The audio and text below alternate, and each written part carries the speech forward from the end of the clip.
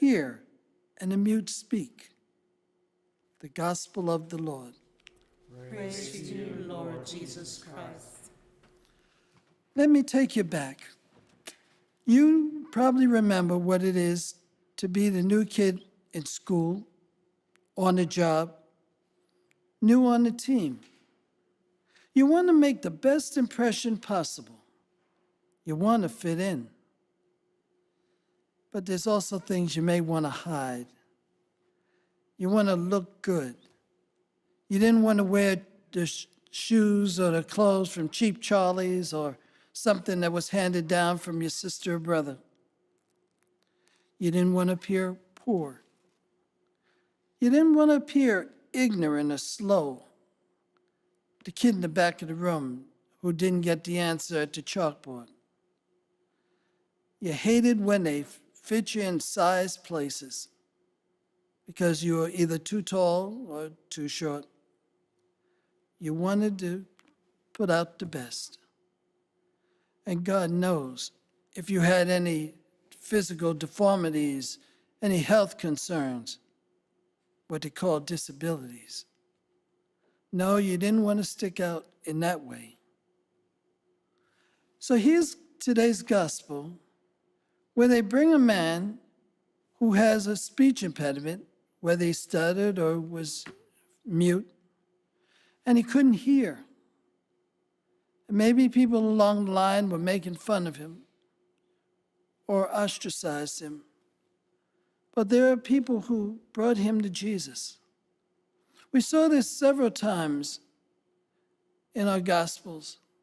People who were brought who didn't have it so good. Would Jesus do anything to help them? The answer is yes. So one of the things that we see is a very human Jesus. There's something different in this story. He takes him away from the crowd, not to make a spectacle of him, not to have the oohs or ahs, but to be able to focus on him.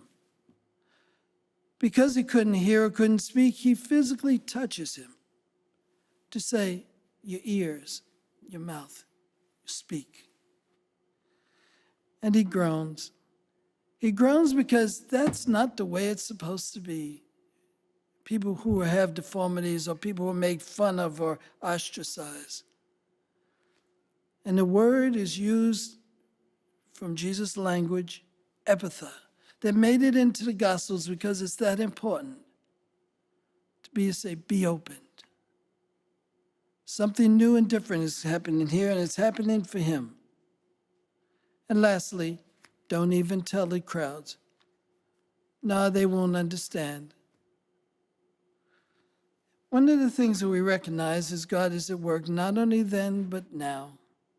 God continues for those who believe in God, those who believe in miracles, those people who say, yes, God's at work. And God asks you to be a miracle for somebody too.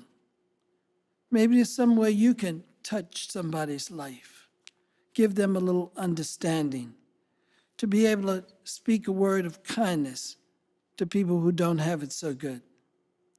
Mark's gospel has been called the gospel of amazement. And we see that at the end. They just say, he does all things well. So as we come together today, let us continue. Let the people say amen. And let us be the miracle for somebody else, now and every day.